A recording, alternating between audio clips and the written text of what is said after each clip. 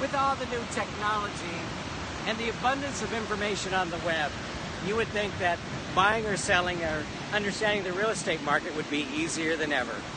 But ask yourself one question. Now that you've done your homework and you think you know what's going on, what do you do next?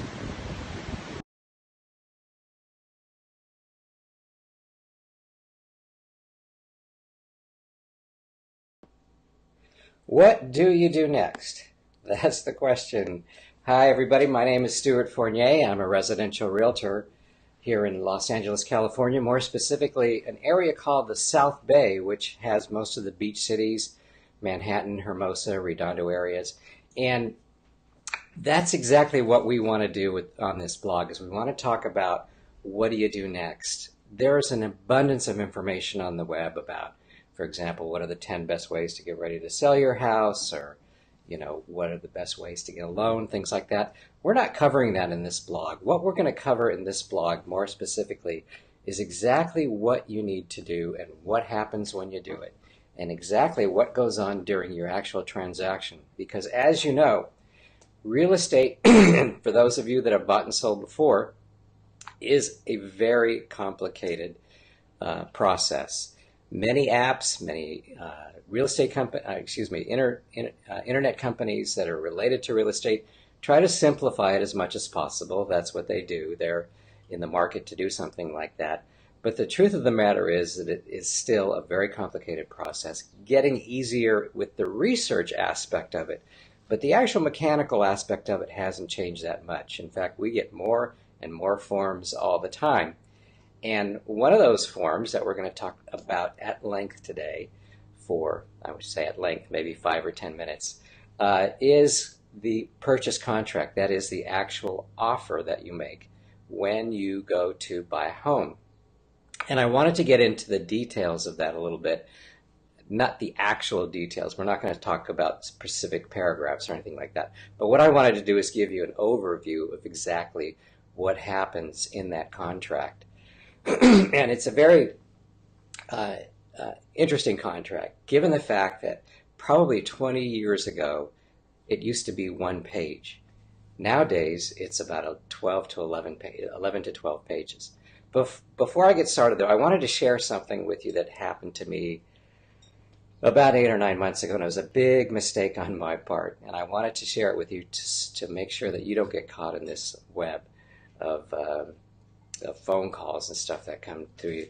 The other day I got online, I shouldn't say the other day, about 9 months ago or so, I got online because I was very frustrated in finding out what the real cost of searching for windows were.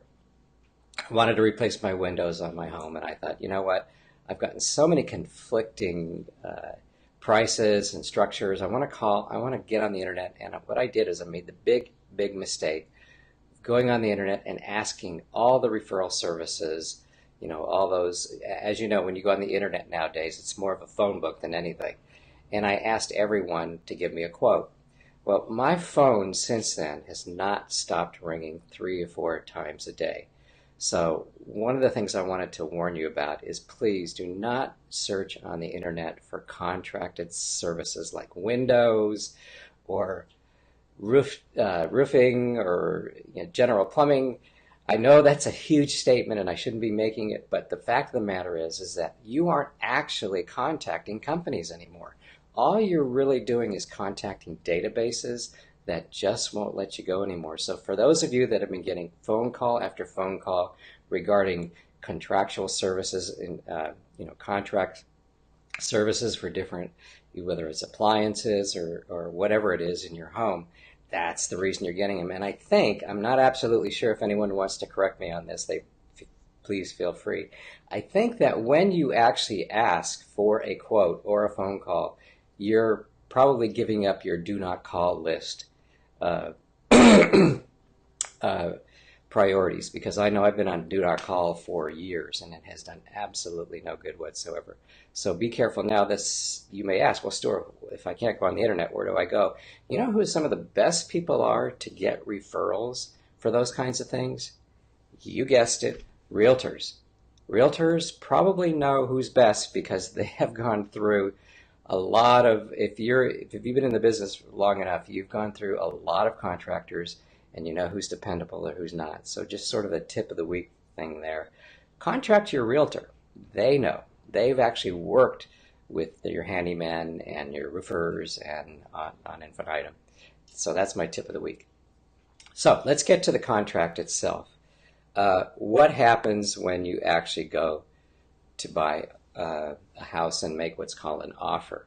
And by the way, on this broadcast, since we are on live, you can contact me right here on the screen. I will see any questions that you may have, and I'm happy to answer them. And even if you're not seeing this absolutely live, please feel free to ask questions in the comments, and I will definitely get back to you so that everyone can see what your answer is. And of course, if it's confidential, just send me private. So let's talk about it. Let's talk about the process by which you actually, not just the process by which you make an offer, but what the actual offer says. And what the offer says basically is this. It basically says, you know, Mr. and Mrs. Seller, I was in your house for 20 minutes, maybe 15 minutes, and I saw a bunch of other people in the house, and I want to make an offer to you. But the truth of the matter is I know nothing about your house.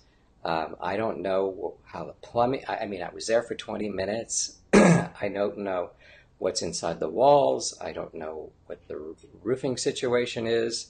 I don't know if you have plumbing problems. I don't know the history. Were there insurance claims on this property? I don't even really know who you are. I mean, do you really own the house? So these are some of the things that the contract specifically addresses, besides just price, of course. Now, the first page covers what we all are more concerned about, and that is the price of the home and exactly how you're going to go about to pay for it. That's pretty much the first page.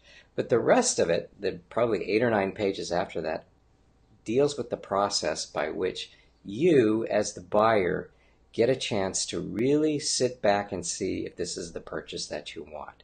Now, what do I mean by that? Because you would think that you've made up your mind already. Well, true.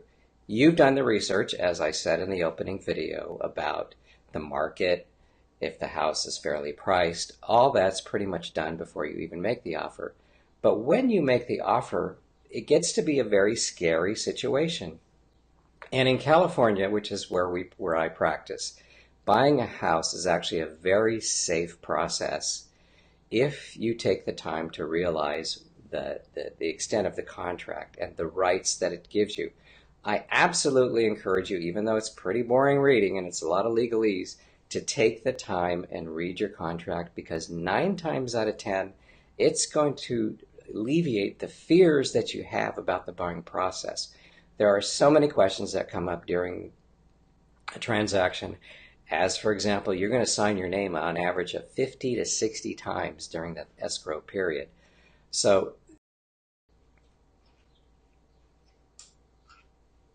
okay, for some reason we went off the air. I'm not sure why.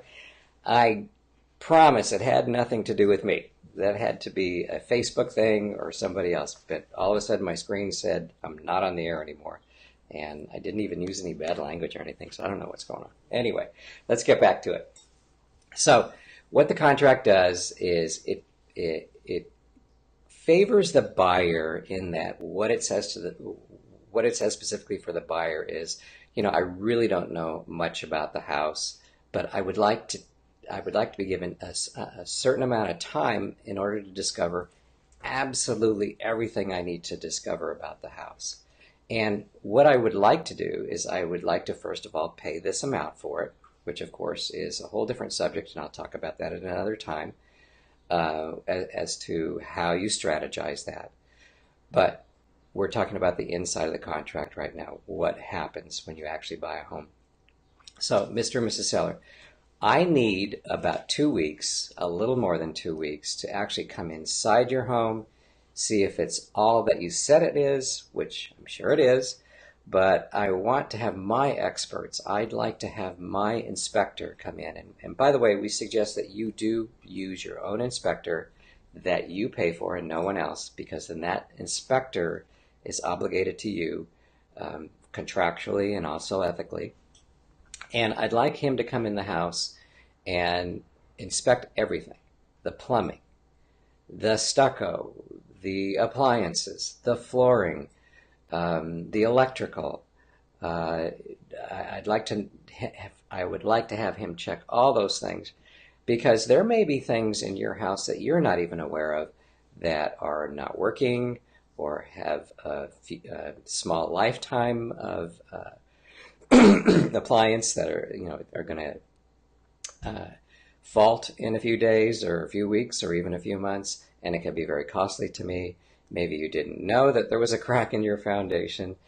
These are all the things that not only would we like to know, but we'd like to have the time to not only find out, but then actually evaluate and figure out if we want to move forward with buying your house, because it may be, number one, too costly, and it's so whether or not it reflected in the original price that I gave to you may be an issue.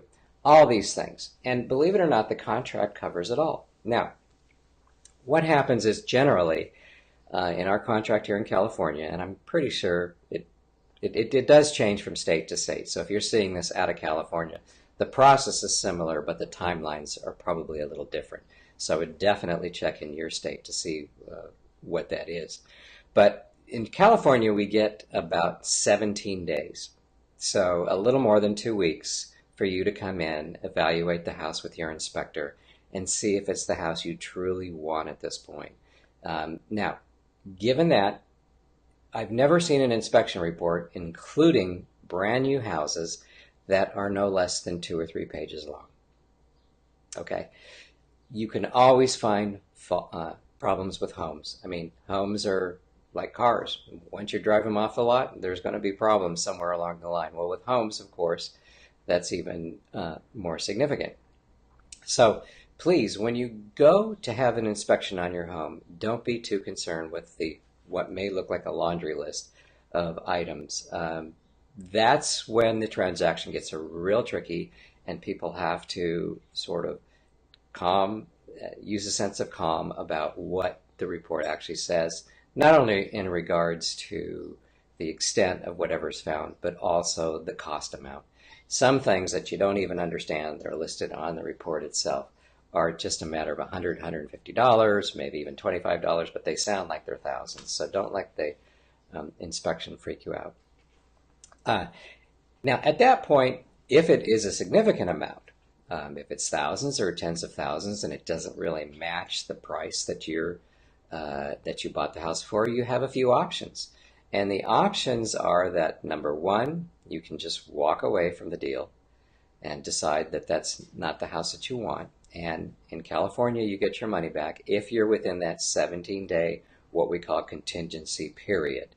That's the catchphrase for all these things, a contingency period, the period in which you have the time to exercise your rights as a buyer. Okay, the second thing that you can do is simply negotiate. You can ask the seller, look, maybe you didn't know this was a problem with your house. We now know it. Here's all your proof. We have a third party, and you're welcome to have anyone that might want to represent you come in and do the same to establish it.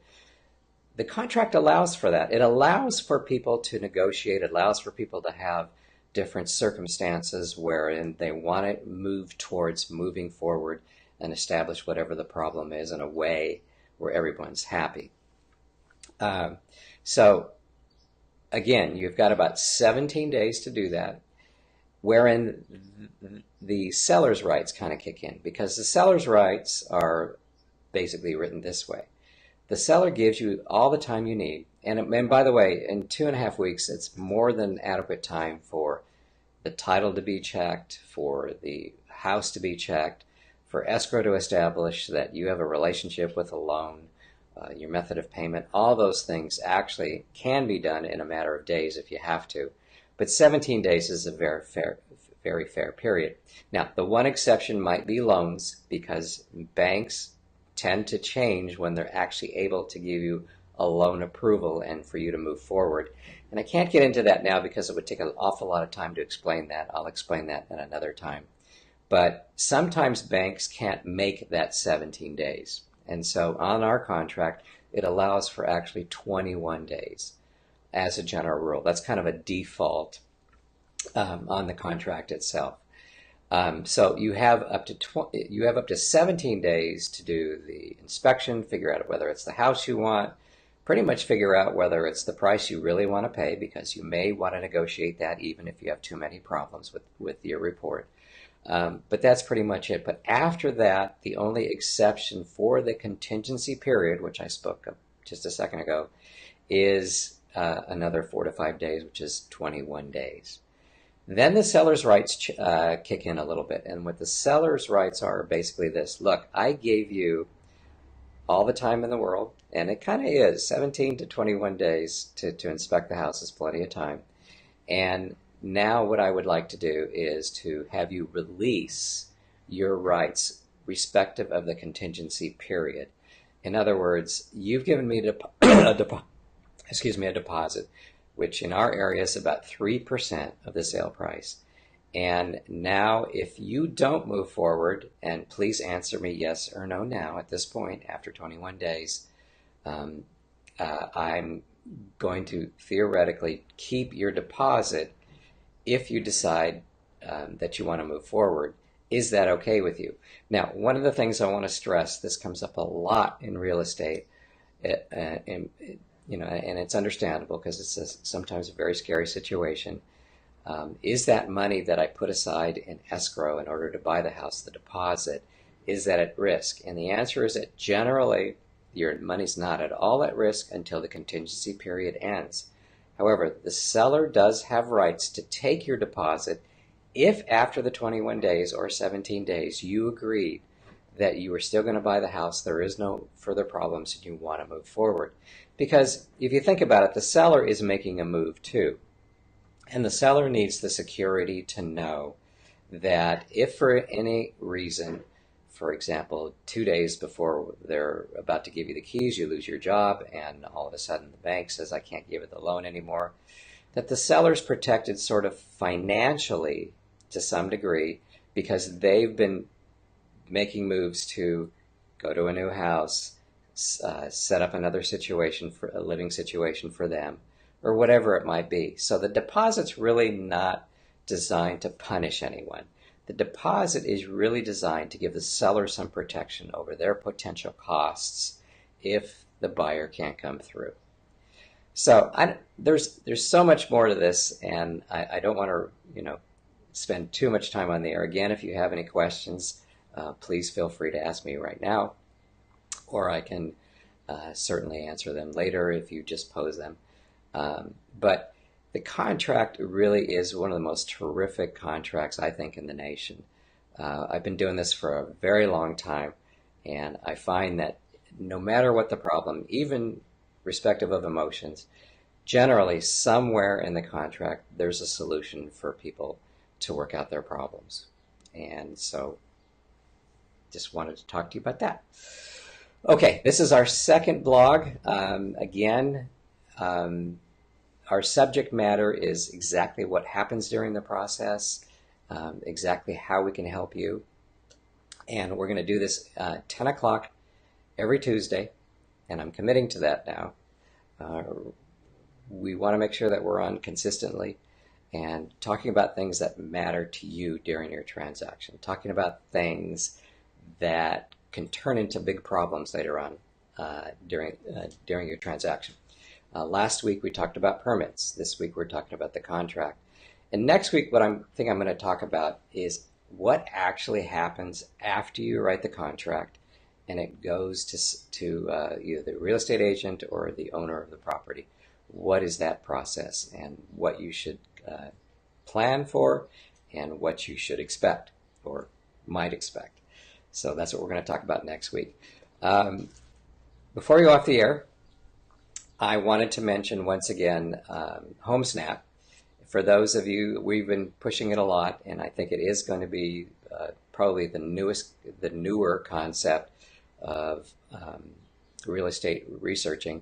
You can actually take your phone, take a picture of any house in America, and have the information about that home appear right on your screen.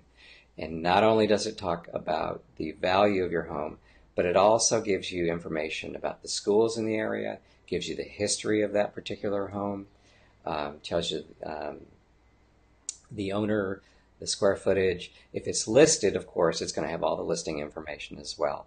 But this app, by far, is a lot more comprehensive than Zillow itself. It's going to pretty much put Zillow off the map. It's really the newest thing. So we're going to put the link for you to get this app right underneath this broadcast right after we go off the air. And please feel free to just put your email in there or your phone number, and we will send the app right out to you. What's really nice about the app, too, is it has direct contact with Randy or I. You can talk to us real time right on the app itself. If you take a picture of a home and you want some more questions about that home, you can actually just ask us right on the app, and we can answer real time, not email, real time. So that's pretty exciting. Okay, so that's it for this week. I hope we learned something today. Please, if you are considering buying or selling anytime soon in the next 3 to 6 months or even a year on down the line, please feel free to contact us. We are happy to help. The areas that we represent are pretty much anywhere in Los Angeles. We are mainly located in the South Bay area, the beach areas. That's where we practice the most. However, Randy and I have represented all over Los Angeles, and actually we're one of the few realtors that do that, and there's a whole reason for that. I won't go into it now. But also, if you're looking at this video or this blog, I should say, and you're out of the area, anywhere across the nation, we actually have a network of contacts that we have anywhere in the United States. So if you have any questions about those areas, please feel free to give us a call as well. So that's it for now. We'll see you next week. Again, 10 o'clock Tuesdays. Bye-bye, everyone.